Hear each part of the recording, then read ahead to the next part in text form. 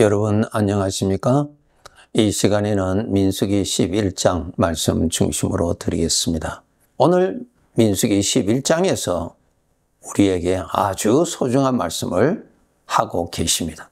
1절에 보시면은 여호와께서 들으시기에 백성이 악한 말로 원망하매, 그 말씀이 있어요.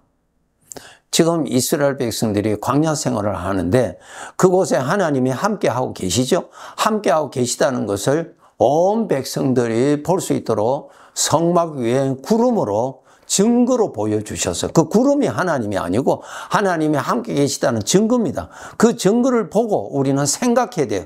눈으로 그것을 보고 그 다음에 생각으로 하나님이 함께 계시다는 것을 의식을 해야 됩니다. 그것이 바로 믿음이에요. 그러니까 구름만 보고 아는 것은 믿음이 아니에요. 구름을 보고 그 다음에 그 구름의 뜻인 하나님이 계시다는 그 하나님을 의식하고 하나님과 함께 있는 것이 바로 믿음이라고 하는 것입니다. 하나님이 함께 계세요.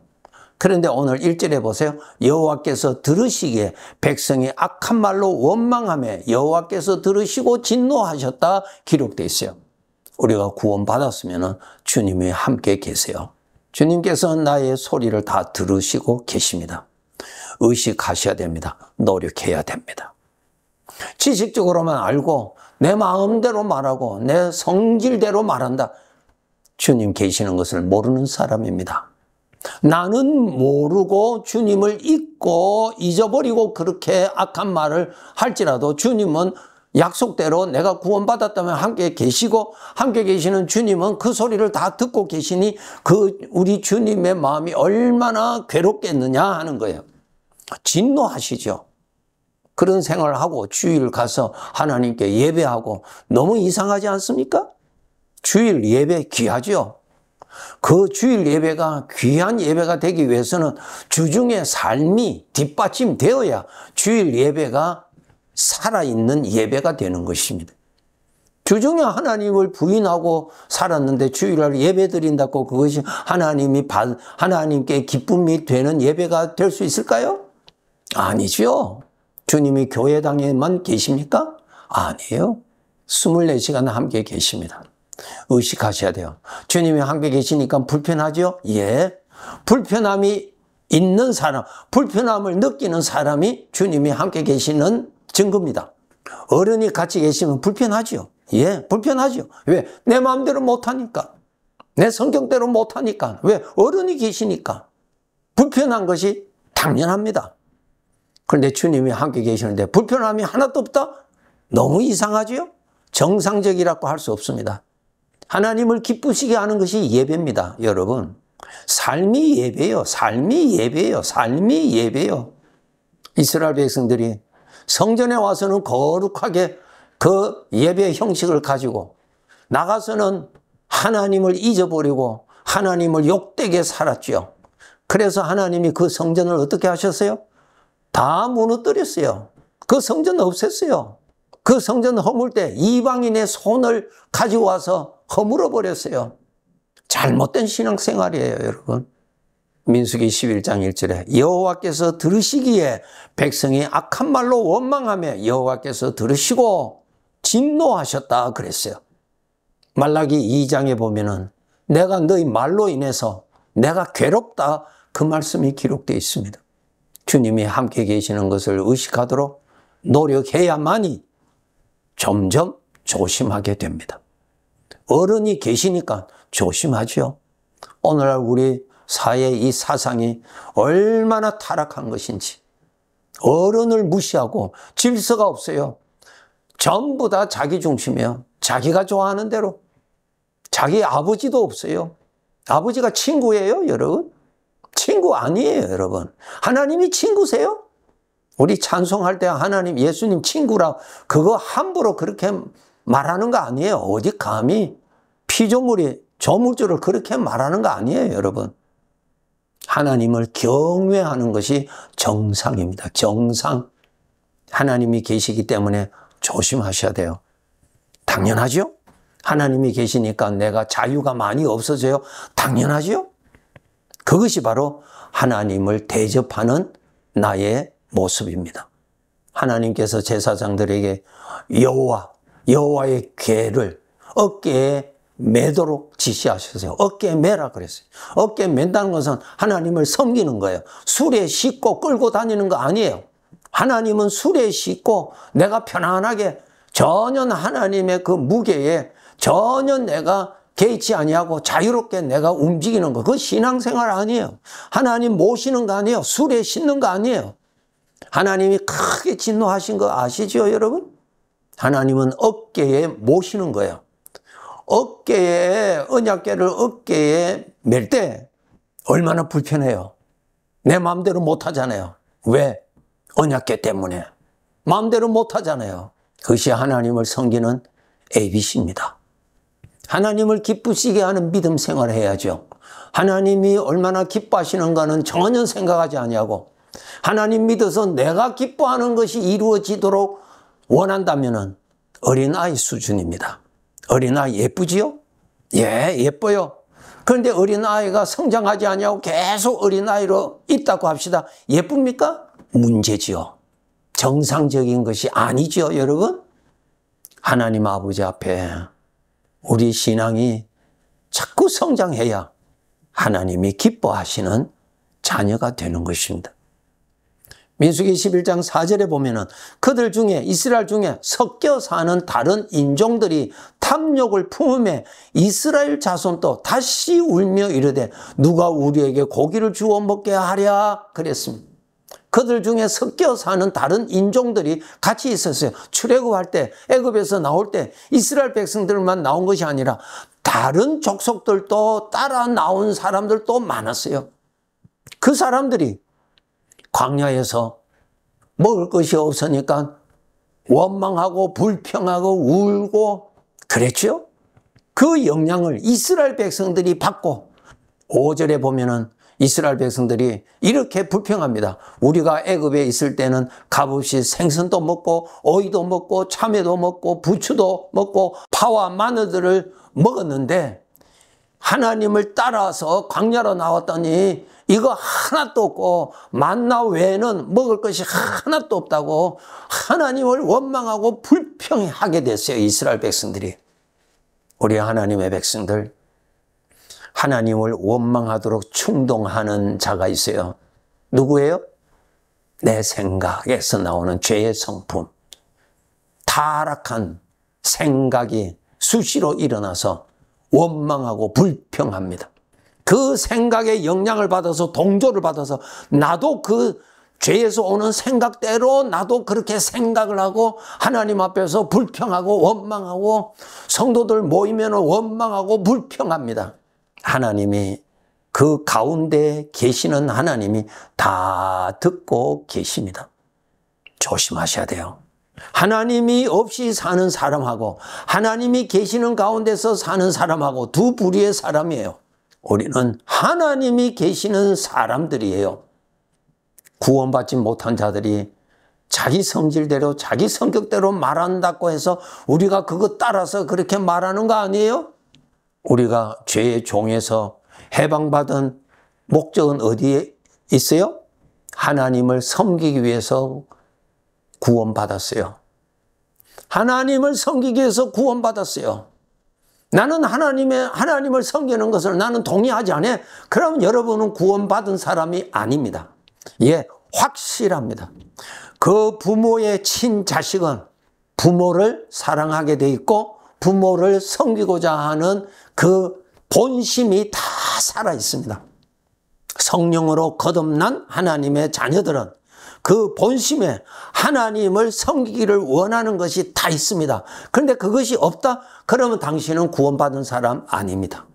하나님의 생명이 들어와야 구원받았거든요. 하나님의 생명에서 나오는 소원이 바로 하나님 아버지를 섬기고자 하는 소원으로 나타납니다. 그것이 없다면 하나님의 생명이 없는 사람입니다. 여러분이 예수 그리스도를 믿어서 구원을 받은 사람이라면 여러분 마음 중심에는 하나님을 섬겨야 된다라고 하는 분명한 것이 살아 있습니다. 비록 내가 지금 엉뚱한 짓을 하고 내가 엉뚱하게 하나님께 불순종하고 또 황자처럼 어떤 시험에 빠져서 그렇게 있다 할지라도 그 본 마음에는 이렇게 사는 것이 아니야. 하나님을 잘 섬겨야 돼. 하나님을 잘 섬기지 못하는 데 대한 가책이 있게 돼 있어요. 그것이 있는 사람은 구원받은 사람이고 그것 없는 사람은 구원을 받지 않은 사람입니다. 나의 삶에 섞여 사는 다른 인종들은 누군가요? 죄의 성품에서 나오는 생각입니다. 이것은 죄의 성품은 절대로 하나님께 복종하지 않습니다. 복종하려고 하지도 않습니다. 그렇기 때문에 내 안에 일어나는 죄의 성품의 것은 무조건 내가 배척해야 돼요. 무조건 내가 거절해야 돼요. 무조건 따라가서는 안 됩니다. 그런데 우리가 훈련하지 아니하면은 죄의 성품에서 나오는 원망, 낙심, 두려움 이러한 생각에 전적 동조합니다. 전적 동조해서 하나님의 아들이 내가 아버지를 욕하고 아버지를 대적하고 불신자들이 볼 때는 당신을 보니까 과연 하나님이 없구나, 하나님이 없다라고 하는 증인의 모습을 보여준다는 거예요. 불효자식이요. 속지 마세요. 그리고 여기에 11장 6절에 보면은 만나 외에는 보이는 것이 아무것도 없도다. 영적인 어둠에 사는 사람입니다. 하나님의 은혜가 보이지 않습니다. 하나님의 은혜가 보이지 않아요.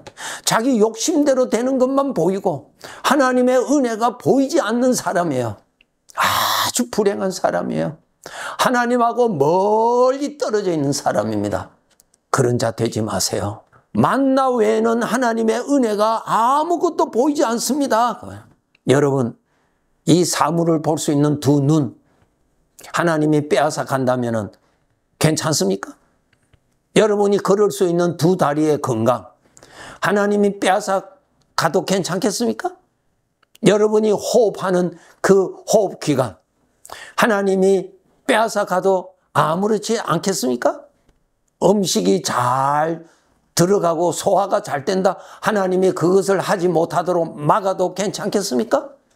다 하나님의 은혜인데, 하나님이 주신 건강인데 그것은 하나님의 은혜로 전혀 카운터가 안 되는 사람이에요. 만나 외에는 보이는 것이 아무것도 없다. 하나님의 은혜가 아무것도 보이지 않는다. 하나님하고 멀리 있는 사람입니다. 하나님이 복이에요. 예레미야서 2장을 읽어보세요. 하나님이 생수라 그랬어요. 나무가 생수를 가까이 하면 나무의 복이요. 그런데 그 나무가 생수와 멀어지면 나무는 불행입니다. 하나님의 은혜가 보이지 않는다? 불행입니다. 그러지 마세요, 여러분. 그러지 마세요. 하나님은 나에게서 얼마든지 가져갈 수 있습니다. 얼마든지요. 내 두 눈 얼마든지 실명시킬 수 있어요. 두 귀 얼마든지 막을 수 있어요, 하나님. 음식 못 들어가도록 하나님이 얼마든지 막을 수 있어요. 두 다리 얼마든지 멈추게 할 수 있어요. 우리가 먹는 양식 하나님이 만드시죠. 농부가 만듭니까? 우리가 마시는 공기 여러분 돈 주고 여러분이 마십니까? 하나님이 먹이시고 하나님께서 숨 쉴 수 있도록 공기 주시고 심장 뛰도록 해주시고 말할 수 있게 하여 주시고 심지어는 믿음 생활할 수 있도록 믿음도 주시고 전부 다 하나님의 것으로 삽니다. 모두 다 하나님의 거예요. 하나님의 은혜로 이제까지 살았어요. 전부 다 하나님의 거예요, 여러분. 돈 주고 샀다고 해서 여러분이 만든 거예요? 아니죠. 하나님이 만든 거, 우리가 돈 주고 수고한 사람에게 팁 주고 우리가 먹는 거예요. 음식은 하나님이 다 공급해 주시는 거예요.